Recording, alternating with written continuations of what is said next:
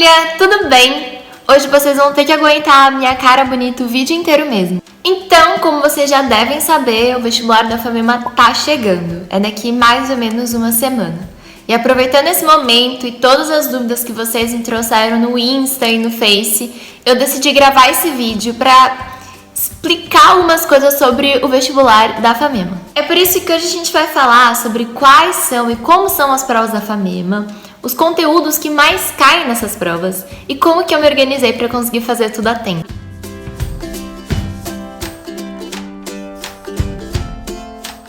Então, para quem não sabe, o vestibular da FAMEMA, ele contém 3 provas que são aplicadas em um único dia. Ou seja, é apenas uma fase para você passar ou não passar. A prova número 1 é a prova das discursivas, que seriam praticamente as específicas, que são as matérias de Química e Biologia. A prova número 2 contém as questões objetivas, e daí cai todas as outras matérias, português, história, geografia, inglês, física. E vem um gabarito para essa prova também para você preencher a caneta. E a última prova seria a folha oficial da redação, que você tem que passar também a caneta. E como não é o Enem, pode usar tanto caneta preta quanto caneta azul. Como é aquela prova da VUNESP, então as orientações básicas para você fazer a prova é levar um lacinho de cabelo, se você tiver um cabelo comprido, sempre deixar as orelhas à mostra, porque eles vão passar com uma câmera para filmar o seu rostinho e o seu nome na carteira. Então vai preparado com isso. Não esquece o documento de identidade, pelo amor de Jesus Cristo. Mas você pode levar o seu lanche, você pode levar a sua água, você tem um lugar certinho na carteira para você sentar, não pode trocar de lugar. Então, assim, eu recomendo que você leve uma blusa de frio, porque se você ficar em algum lugar que tem um ventilador muito forte, um ar-condicionado muito forte, você não vai poder mudar de lugar, então leve uma blusa. Uma coisa que eu gosto muito nas provas da VUNESP é que elas são coloridas. Então, parece um negócio, assim, muito mais gostoso de fazer a prova, sabe? Não sei vocês, mas eu gosto. Outra coisa importante para destacar nessas provas é que a prova discursiva, ela tem um quadro para resposta. Então, não vai ter linha para você escrever. É bom que antes das provas você treine escrever nesse espaço, para você conseguir otimizar ele da melhor forma possível. Não vai ter linha, então se você começa a escrever tudo assim, meio de lado, não vai sobrar espaço. E não esquece o documento de identidade, que senão você não vai conseguir fazer nada. E agora, pensando nos conteúdos que mais caem, eu selecionei as últimas 4 provas da FAMEMA, que foram todas feitas pela VUNESP. Antes disso, as provas eram feitas pela PUC, por isso vai ser um pouco mais difícil de você encontrar elas para conseguir treinar em casa. Agora eu vou ter que colocar o meu óculos aqui, porque sem ele eu não enxergo absolutamente nada. Sou meio míope. Antes de eu ler os conteúdos que eu peguei em cada questão, eu recomendo que vocês leiam o edital que a FAMEMA disponibiliza lá no site da VUNESP. Porque nesse edital, mais ou menos no meio, tem um negócio chamado conteúdo programático. E ele divide as matérias e fala mais ou menos o que eles vão pedir, porque não é absolutamente tudo de tudo, sabe? Algumas coisas eles dão um pouco mais de enfoque. Começando então pela prova discursiva, sempre vai ter essa estrutura. São 4 questões de Química e depois 4 questões de Biologia. E todas as questões são divididas em A e B. Em cada A e B pode ser que tenha mais de uma pergunta, então fica atento para você não esquecer de responder alguma delas. Em Química, sempre vai cair sobre mudança de estado físico. Também cai muito sobre ligação inter e intramolecular. Com uma certa frequência também cai sobre conceitos de ácido, base, sal e química orgânica. Química orgânica normalmente está relacionado com a parte óptica de carbono quiral. Além disso, vai cair estequiometria e pode cair lei de Hess, solução, solubilização e separação de misturas. Cai muito oxirredução.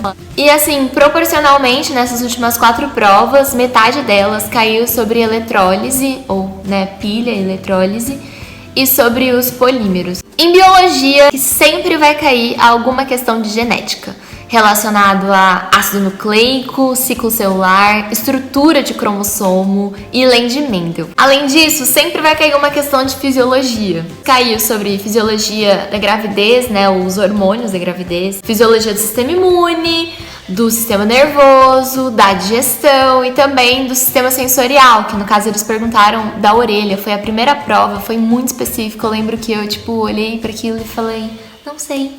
E ainda caem coisas específicas sobre reino animal, no último ano caiu sobre os artrópodes.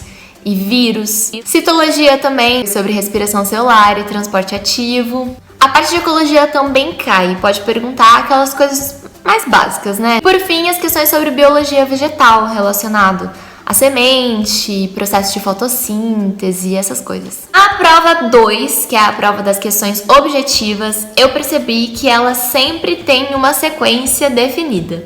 Sempre vai começar com português, depois vai para matemática, geografia, história, inglês e física. Vai ser sempre essa sequência. Na parte de português, eu me guiei bem sobre aquele conteúdo programático que eles colocaram no edital. Então, uma coisa que mais cai, que seria quase metade de todas as questões, é a questão de interpretação. Eles vão te dar um texto bem comprido e você vai ter que interpretar. Esse texto pode estar relacionado com algumas outras áreas, como literatura. Normalmente cai literatura de barroco, romantismo, parnasianismo e pré-modernismo. Atrás de interpretação, mas que também cai bastante, seria esse processo sintático semântico. Então, nesse item, eles pedem os conectivos, a questão de coordenação e subordinação, reorganização de orações e períodos, porque às vezes eles pedem para você colocar numa sequência que seja lógica, sabe? E figuras de linguagem, que também caem bastante. Depois disso, tem a parte de morfossintaxe. Eles vão pedir para você identificar classes de palavra. Então, adjetivo, substantivo, artigo, advérbio. Também tem o processo de formação de palavras, que seria prefixo e sufixo. E por fim tem a questão da flexão verbal, que engloba várias coisas. Engloba expressão de tempo, modo, aspecto e voz, né? Voz passiva, voz ativa, correlação de tempos e modos. Ou seja, também a flexão literal dos verbos, assim, pretérito, futuro. Depois de português, então, a gente tem matemática. E, gente, eu não vou ficar lendo tudo de matemática, porque basicamente tudo que tá no edital é o que cai. Todos os itens, todos eles caem. Toda prova cai uma questão sobre PA e PG, né? Progressão aritmética e progressão geométrica. Também cai muito sobre função. E às vezes pode estar relacionada a um gráfico. Agora, pro desespero de uns, inclusive o meu desespero, porque eu não gostava disso e continuo não gostando, cai probabilidade. No mínimo 2 questões de probabilidade, mais uma questão de análise combinatória. Também sempre cai uma questão de porcentagem. Geometria analítica, geometria métrica e trigonometria são assuntos que também estão em todas as provas. Outra coisa que cai também são aqueles sistemas lineares, que são aqueles problemas que você tem que montar uma equaçãozinha com x, y igual a tal coisa. E um assunto que caiu também bastante é sobre média, moda, mediana. E log eu já vi cair também, mas foi só uma vez. Mas pode ser que caia, né? Já caiu. Na parte de geografia, a gente sempre vai ter alguma questão sobre geopolítica. Pode ser relacionada a como está um país atualmente ou como que ele estava antigamente, para você falar sobre a economia, sobre a política daquele país. A questão de cartografia cai bastante. Vai ter um mapa na tua prova e você vai ter que conseguir interpretá-lo, principalmente relacionando ele com as legendas que a prova coloca. Então, se a gente conhecer alguns conceitos de escala, por exemplo, além de conhecer o próprio mapa brasileiro. Relacionado a isso, cai a questão de domínios morfoclimáticos. A questão ambiental também é muito cobrada, relacionada, tipo, erosão, com o impacto humano na vegetação. Fala também sobre preservação ambiental, algumas coisas sobre reciclagem. Também cai aquela coisa sobre relevo, que nem na FUVEST, na Unesp, que ele traz um corte do relevo e você tem que ir apontando aquelas estruturas, sabe? Por exemplo, Talveg, eu acho que existe essa palavra. E também já caiu sobre a questão da desigualdade econômica e sobre os movimentos migratórios dentro do Brasil. Na parte de história, a figurinha carimbada falar sobre a colonização é relacionar o que está acontecendo lá na Europa com os ciclos econômicos aqui do Brasil. Então, no último ano, caiu sobre o ciclo do café, antes sobre o açúcar, antes sobre o ciclo do ouro. Então, sempre vai cair algum ciclo. Além disso, com muita frequência, fala sobre descolonização afroasiática. Eu falei que caía sobre Guerra Fria em geografia, mas aqui em história também cai com muita frequência. E cai relacionando principalmente a regime militar aqui no Brasil. Uma coisa que caiu em todas as provas mesmo sobre regime militar. Como a FAMEMA não é o Enem, eu acredito que caia. As guerras mundiais também são abordadas e o período entre guerras pode ser que caia. E pode estar perguntando, relacionando alguma imagem. Agora, em relação àquela idade antiga, idade média, moderna, eles pegam os pontos principais. Sempre vai ter alguma questão relacionada a algum momento antes da idade contemporânea. Então, já caiu sobre a expansão árabe, já caiu sobre o feudalismo, Revolução Industrial e Revolução Francesa. Infelizmente, diferente de alguns outros vestibulares, como o Enem, aqui não tem a opção para você escolher entre inglês e espanhol. A prova da FAMEMA pede inglês. Então, você precisa ter uma noção geral de inglês, principalmente na parte de conseguir traduzir o que você está lendo, interpretar o que você está lendo, porque a maioria das questões são de interpretação. Um pouco de gramática também, porque eles vão te dar uma palavra e você tem que saber a morfossintaxe dela, você tem que saber a que classe de palavras ela pertence, qual seria um sinônimo para ela. Então, para quem não tem noção de inglês, pega essas provas antigas da FAMEMA, faz a tradução dos textos, anota as palavras. Às vezes tem uma palavra que você não conhece, mas você consegue identificar pelo contexto, que ele pede isso também. Na questão de gramática, presta atenção nos conectivos, que a maioria das perguntas vai ser relacionada a isso. E finalizando a parte de física, olha, eu não acho a parte de física da FAMEMA muito difícil, apesar de ser uma matéria um pouco mais difícil. Observando aqui o que caiu, todo ano vai cair uma questão de cinemática relacionada a movie. Uma coisa que também sempre cai é uma questão de óptica. Pode ser de reflexão, pode ser de refração, pode ser equação de Gauss. Elétrica também é cobrado. Já caiu questões sobre resistores, sobre potência. A parte de elétrica em si, ela abrange muitas coisas, né?